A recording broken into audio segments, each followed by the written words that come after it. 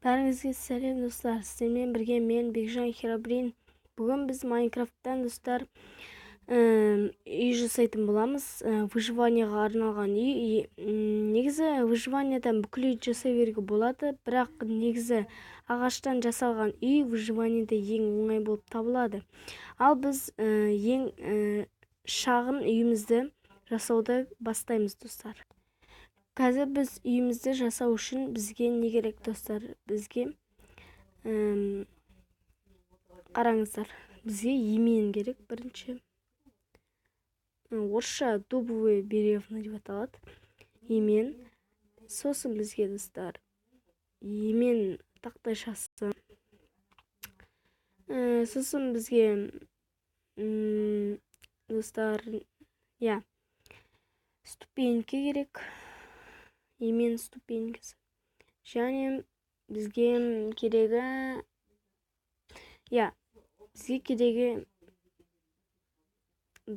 доски из деревянной сосны. Бізге қара ағаш тақтайша керек. Ағаштың тақтайшасы. Енді қазір қараңыздар достар. Айтпақшы, бізге булыжник керек. Ступенька. Қараңыздар. Біз 9-да 8 блоктан жасаймыз. Қараңыздар. 1, 2, 3, 4, 5, 6, 7, 8, 9.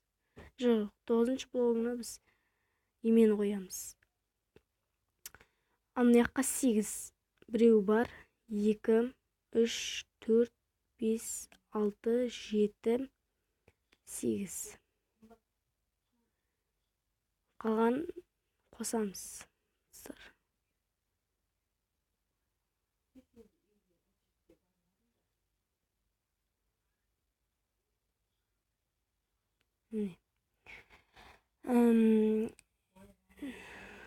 Тез айтайын достар.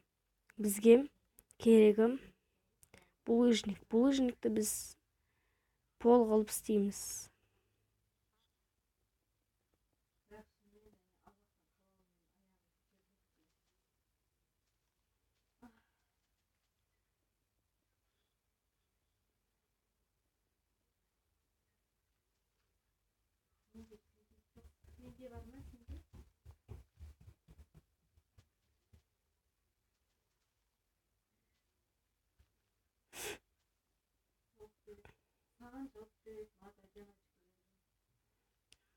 Бұл үшін көп булыжник керек, бірақ выживанияда булыжник табу өте оңай достар.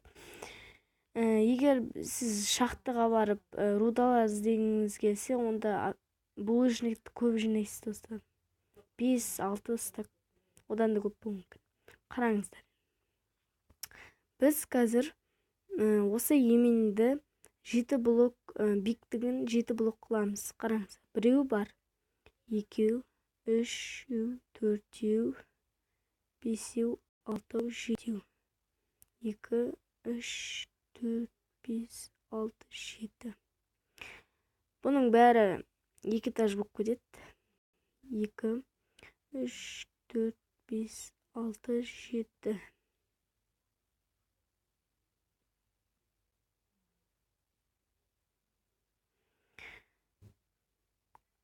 Егер бәрін болсақ, онда бүкіл коробка қылып жабамыз.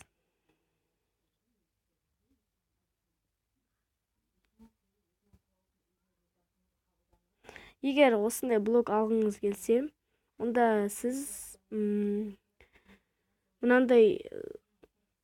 осындай ағашты сындыру керексіз. Ал бізге үйімізге ол ағаш әзір керек емес. Әзір дегенде керек емес.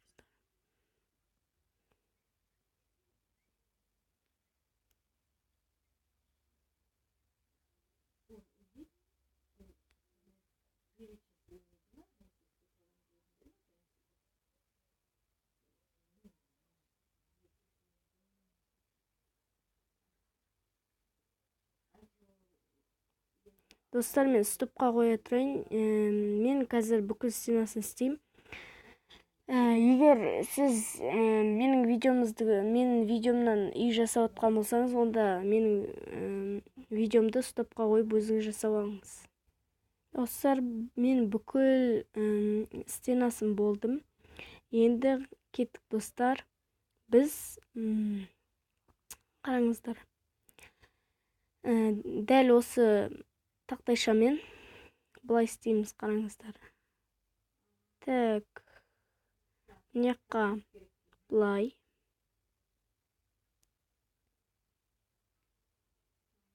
Қарама қарсы жағына да солай.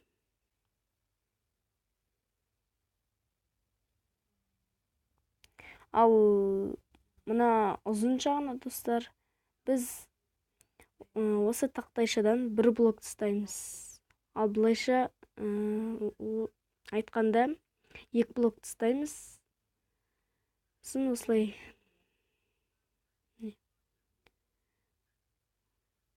Мына жаққа да сондай.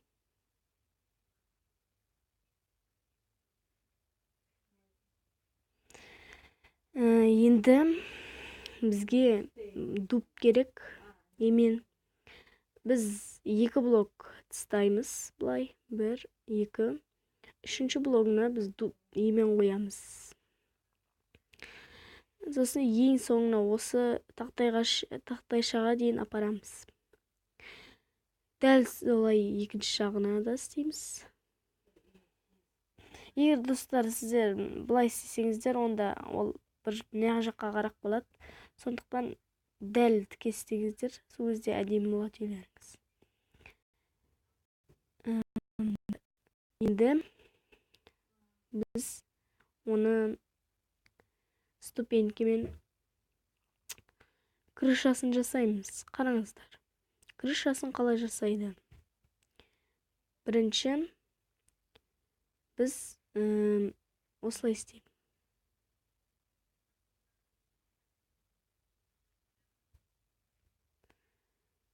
И сосын тағы.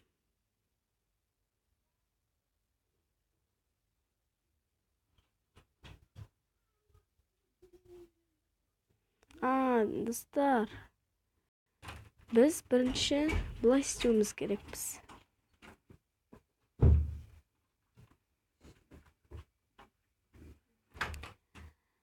Одан кейін дәл сол жаққа қарай солай.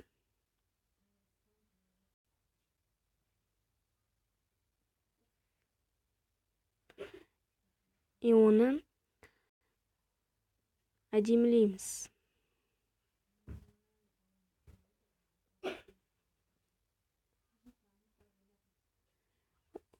Тағы да бізге плита керек. Жартылай блок. Оны біз былай істейміз. 3 блогын ең ортасына. Дәл солай ең шетіне дейін. Плюс тағы қоямыз. Болды. Енді біз мына жерге былай қоямыз. Осылай. Мына жерге тағы 2. Сосын мына жаққа осылай. Сосын былайынан біз ең соңына шейін апарамыз.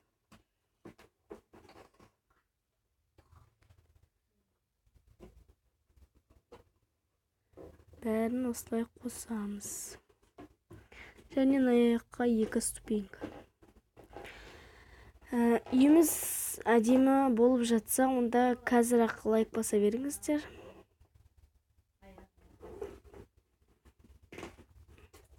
Ал біз жалғастыра берейік.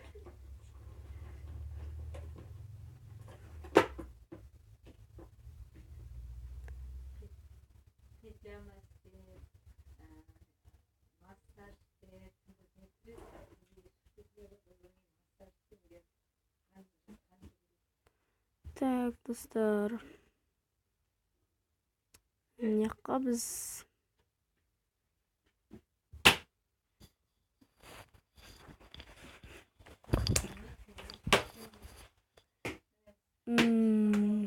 қалай екен достар?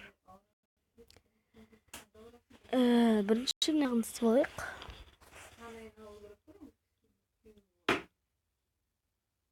Может быть, осылай болу керек.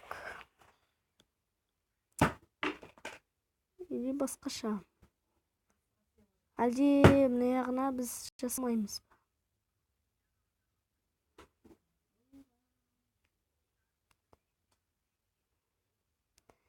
Менің ойымша жасамаймыз достар. Онда істей берейік.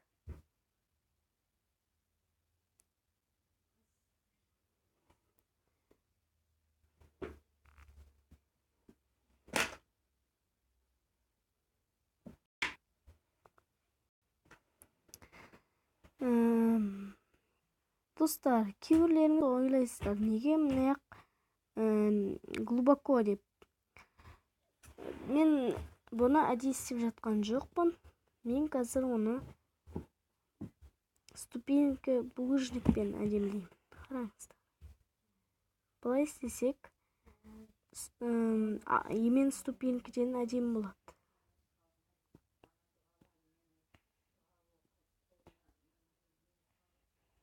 Не? Слай. Оны тағы да әдемілейміз, әйтпесе бізде жаман болып шығады.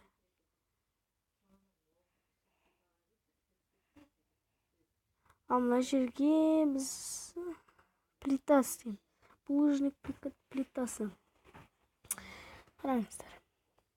Булыжник плитаны осылай қоямыз. Соны дәл соңына шейін апарамыз.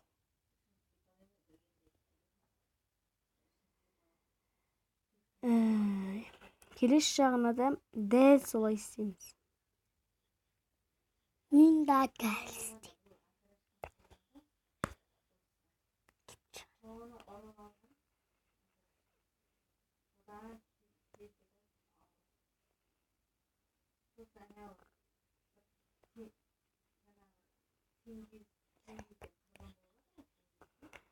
Бұл үйді выживаниеда істеу үшін өте қиын болады.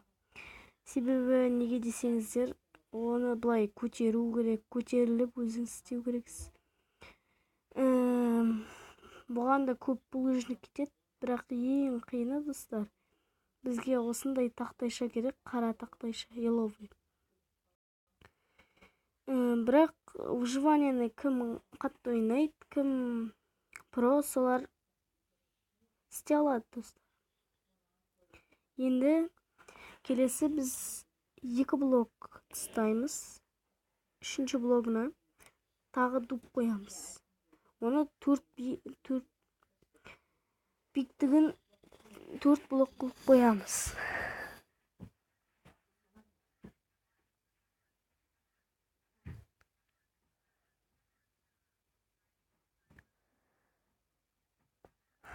Одан кейін біз оны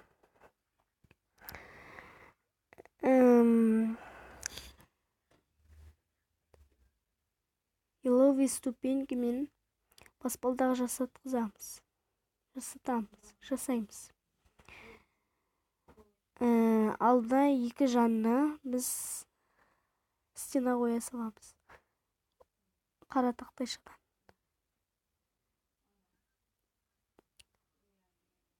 Ал крыша істеу үшін біз бұлай істейміз.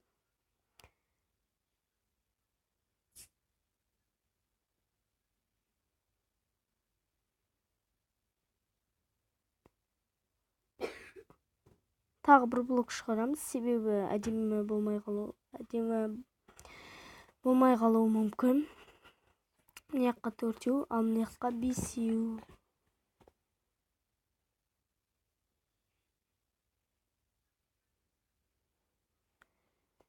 И оны қайттан өстіп әдемілейміз. Ал ең соңғы жақтарына біз плитамен жабамыз крышасын.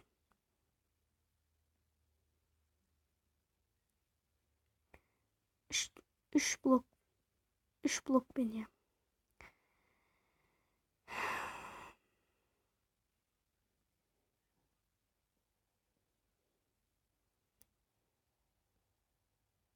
Мына жерде мен бағанағы айтқандай баспалдақ қыламыз. Қараңыздар. Баспалдақ биіктігі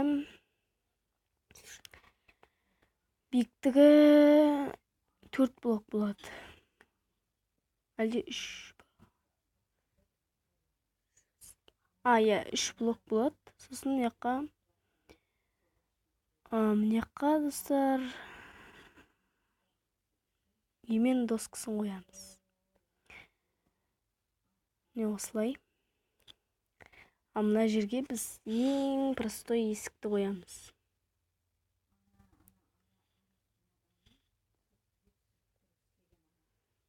Мына жерге біз қараңыздар, стеклянный панель қоямыз.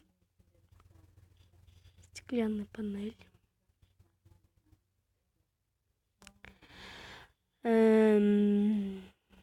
Мына жағына достар, бізге әлі туп керек достар. Өте көп туп. Не? Тағы да 2 блок тастаймыз. 3-ші блогына туп қоямыз. Мына жаққа да сондай, бірақ мен есептемей қойдым. Сосын қайттан 4 блок қоямыз. Биіктігін. Сосын емен ступенькісімен 1 блок, мына туптың 1 блогын кетіріп, 1 блогынан төменірек қоямыз. Шақ деп айттым достар.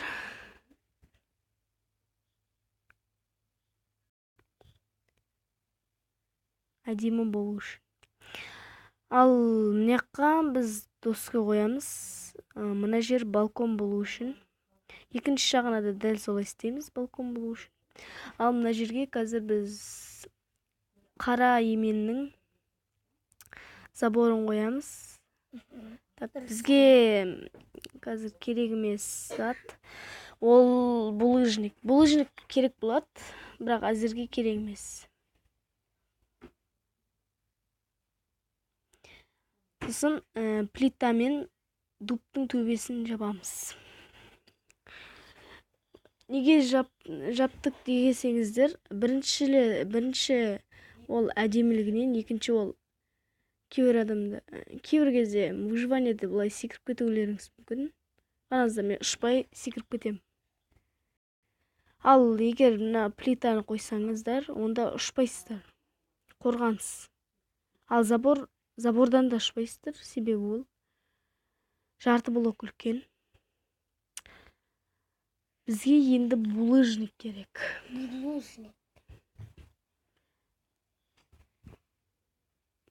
Булыжникпен до конца былай жабамыз. Выживанияда жаппаймыз десеңіздер, онда мынаяққа егістік істеуге болады, өздеріңіз қалағандай. Ал мен булыжникпен жабам. Бірақ негізі егістік істеген ыңғайсыз болады, достар. Сондықтан қасына істеуіңізге болады. Дәл сол жағына да қарай, дәл солай алып істейміз. Тез-тез достар, өйткені көп уақыт алып жатыр. Биіктігі 4 блок. Осылай. Мынаяққа да дәл солай 1 блок төмен қоямыз.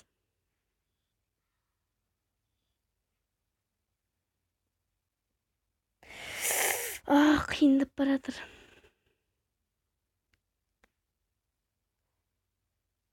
Мына жаққа біз осылай қойып тастаймыз.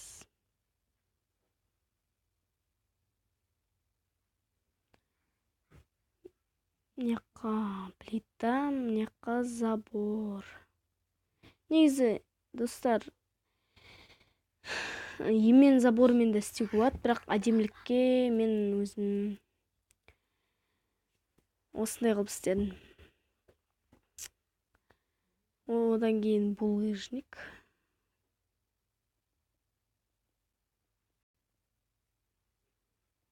Егер булыжникті үнемдегілеріңіз келсе, онда былай қылып жабуға болады.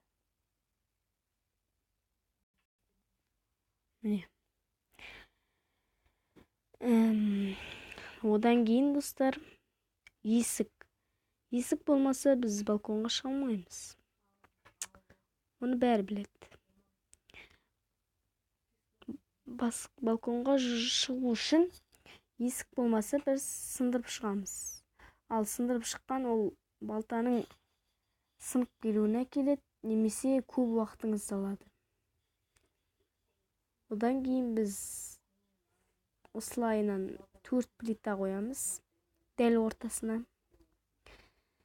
Мына жерге терезе қоямыз. Екі бір блокпен. Ал мына жерге екі забор. Неге забор қойды десеңіздер, заборға біз өзімізді шай ішіп немесе бір ужинға немесе обедке осы жерде ішуге болады. Ужинға, обедке. Ал кухняны үйдің ішіне істейміз. Себебі барлық случайға байланысты. Случай?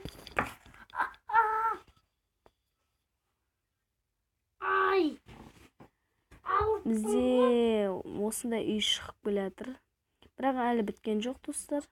Біз ішіне декорация істейміз. Бізге есік керек, достар, есік.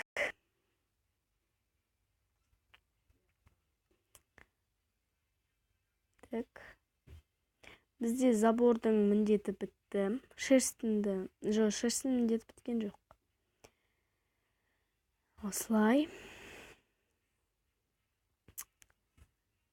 Ал төбесіне терезе қоямыз. Дәл бағанағыдай. Өткені бізде крыша болады, 3-ші этаж. Статуя домның бүкіл сондай болуы мүмкін. Кейбіреулері. Статуя дом дегенде қазақшасы достар. Қазақшасы бастапқы үй деп аталады, достар. Енді ойыма түсті. Енді қараңыздар, біз шөп қоямыз, себебі көп шаңға байланысты шөптер жұтып алады. Сондықтан біз шөп қою керекпіз. Достар, шөп қоймас бұрын біз неққа. Достар, ол шөп емес, листва, блок. Бірінші біз неққа терезе қойып алайық. Әйтпесе неққың бүкілі чистый стена. Қараңыздар, блокты терезені қалай қоямыз? Неққа бір блок тастаймыз.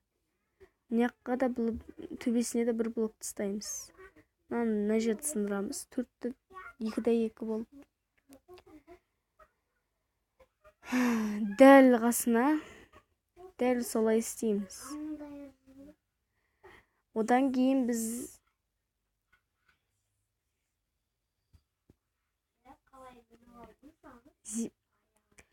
жерді аламыз. Жерді өстіп қоямыз. Бізге ступень, достар, люк керек. Люкпен және булыжник плитасымен жан жағын әдемілейміз. Міне осылай.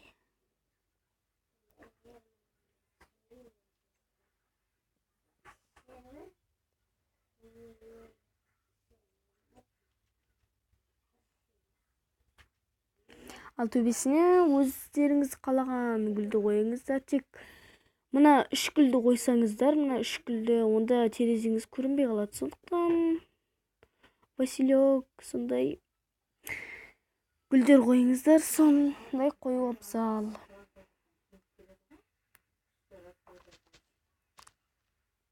Одан кейін біз листва аламыз. Любой. Тропический ма, ементкі ма. Не, осылай.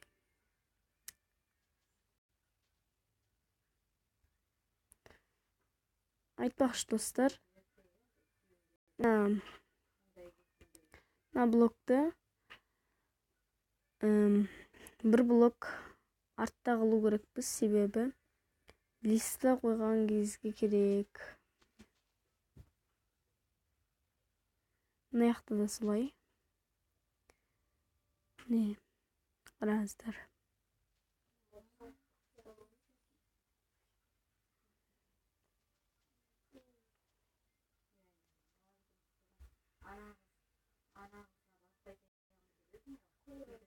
Мына жакта да дел солай.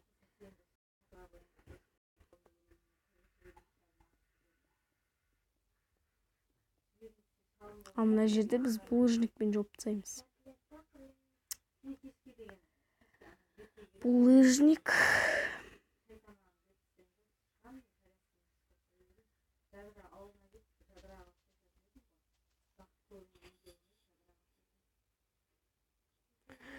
Болду достор, биз сырткы бөлүмүн битирдик. Эndi ички бөлүмүнө кеттик достор.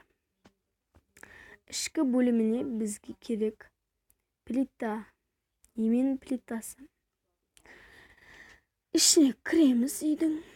Ичине киргенгизде бизде 3 этажды кылатын бөлмө турат. Биз 3 этаж кылуу үчүн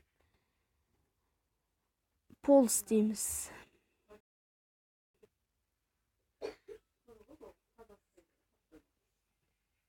Тез істеу керек. Тез.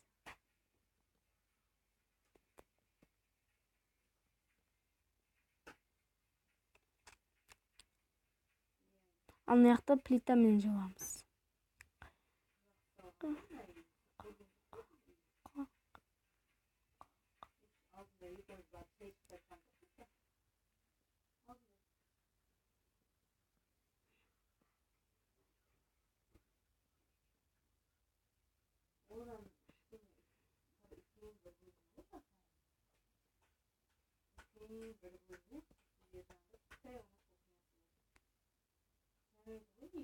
Неге плитамен істеп жатыр деп ойласаңыздар, онда плита биздин төбемизди үлкен кылады. Ал эгер биз блок кылсак, мына блок осундай, онда үлкен болмой калат. Көрүңүздөр. Енді бізге керегі лестница.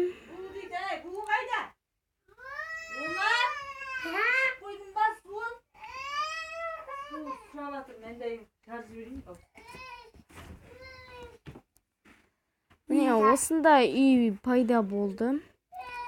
Бұл достар бірінші бөлімі болатын. Ал келесі бөлімде біз ішіне көп декорация, көп сандық, верстак, печка істейтін боламыз. Ал екінші бөліміне дейін сіздер күтетті ойламыз. Сондықтан осы видеоға достар 10 лайк жинасақ, біз бұл видеоның екінші бөлімін көрсететін боламыз. Ал мен сіздермен қоштаспаймын. Келесі кездескенше сау болыңыздар.